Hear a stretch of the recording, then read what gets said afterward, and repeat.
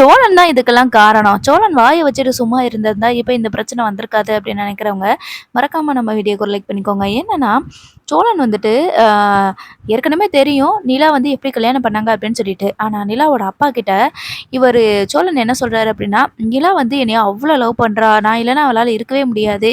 அப்படின்னு சொல்றாங்க. "இத்தன வருஷமா வளர்த்த உங்களையே விட்டுட்டு நான் தான் வேணும்னு சொல்லிட்டு வந்து நின்னா பார்த்தீங்களா?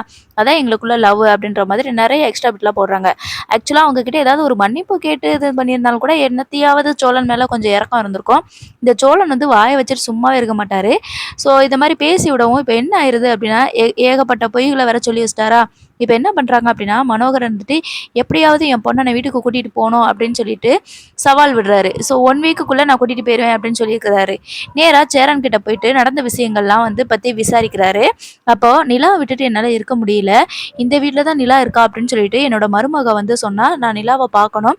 அவள அவ்வளோ கஷ்டப்பட்டு நான் வளர்த்துருக்கேன் அப்படின்னு சொல்லவும், சேரன் அண்ணா என்ன பண்ணுவாங்க, ஏற்கனவே நிலாவ வந்து நல்லா இருக்கணும் அப்படி சொல்லி தானே நினைக்கிறாங்க. அதனால உடனே என்ன பண்றாங்கன்னா, கண்டிப்பா வாங்க நிலாவ பார்க்கறதுக்கு உங்கள கூட்டிட்டு போறேன்னு சொல்லிட்டு வீட்டுக்கு கூட்டிட்டு வந்துர்றாங்க. பார்த்தா அங்க வந்துட்டு நிலா வந்து, "அப்பா என்னைய தேடி வந்திருக்கீங்களா? எனக்கு தெரியும்ப்பா என்னைய தேடி வருவீங்க" அப்படின்னு சொல்லிட்டு அப்படின்னு அவங்களும் உண்மையா தான் அப்பா தேடி வந்திருக்காரு அப்படின்னு சொல்லிட்டு நம்பிர்றாங்க. இப்போ சோழன் வந்து எவ்வளவோ நிலா கிட்ட எடுத்து சொல்றாங்க. "இல்ல அவங்க நடிக்கிறாங்க.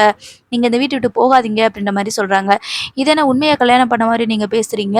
எங்க அப்பா மனசிறங்கி என்னைய பார்க்கறதுக்காக வந்திருக்காரு. கண்டிப்பா அவரு என் மேல உள்ள பாசத்துல தான் வந்திருக்காரு" அப்படின்னு சொல்லிட்டு நிலாவும் புரிஞ்சுக்காம பேசுறாங்க. இப்போ இவங்க 2 பேரும் பிரிவாங்களா இல்லையா அப்படின்னு சொல்லிட்டு மறக்காம கமெண்ட்ல சொல்லுங்க.